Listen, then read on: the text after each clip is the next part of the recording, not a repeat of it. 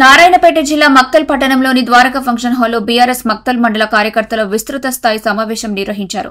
ఈ సమావేశంలో మాజీ ఎమ్మెల్యే చిట్టెం రామ్మోహన్ రెడ్డి, ఆయన సతీమణి చిట్టెం సుచరిత, బీఆర్ఎస్ సీనియర్ నాయకులు, కార్యకర్తలు పాల్గొన్నారు.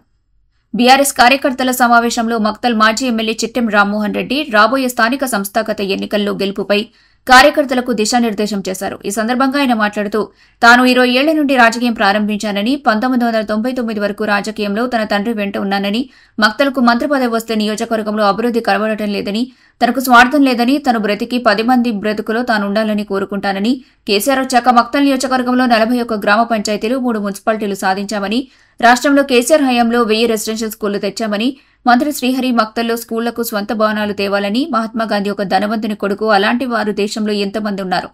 20 ఏళ్ల తన జీవితం పోగొట్టుకుని ప్రజలకు సేవ చేసేందుకే వచ్చానని, రేపు రాబోయే స్థానిక ఎన్నికల్లో ప్రతి బీఆర్ఎస్ కార్యకర్త గెలుపు కోసం పాటుపడాలని తెలిపారు. లోర్ జుడాలో మన దగ్గర దాదాపు 250 మెగావాట్ల కరెంట్ ఉత్పత్తి చేస్తాం. మన తాలూకాలో కరెంట్ కూడా ఉత్పత్తి అవుతుంది. చాలా మంది తెలియదు ఇక్కడ మక్తల్లో. దాంట్లో కూడా ఎంతమంది భూములు ఓడిపోయిన తర్వాత ప్రజల్లో మార్పు వచ్చి ప్రజల్లో మంచి ఆలోచన వచ్చి వాళ్ళ పరిపాలించేటటువంటి అధికారం ప్రజలు కేసీఆర్ పేరు చెప్పండి, నీకు పొద్దుపోదు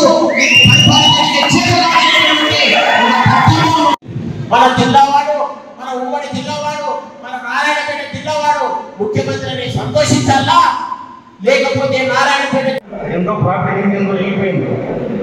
ఎక్కడ వర్షం ఉంటే చెట్లు వెళ్ళిపోతుంది. కానీ వాళ్ళు నేర్పిస్తున్నారు, మన పార్టీ వాళ్ళకే ఇంపార్టెంట్, వాళ్ళు నేర్పిస్తున్నారు, మనం నేర్చుకుంటాం. అట్లాంటి మాట్లాడుతున్నాను.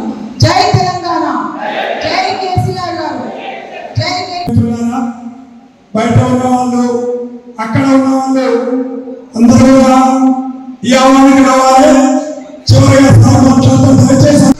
రామరెడ్డి గారి నాయకత్వంలో గులాబీ జెండా ఎగిరవేయడం ఖాయమని సందర్భంగా తెలియజేస్తున్నారు.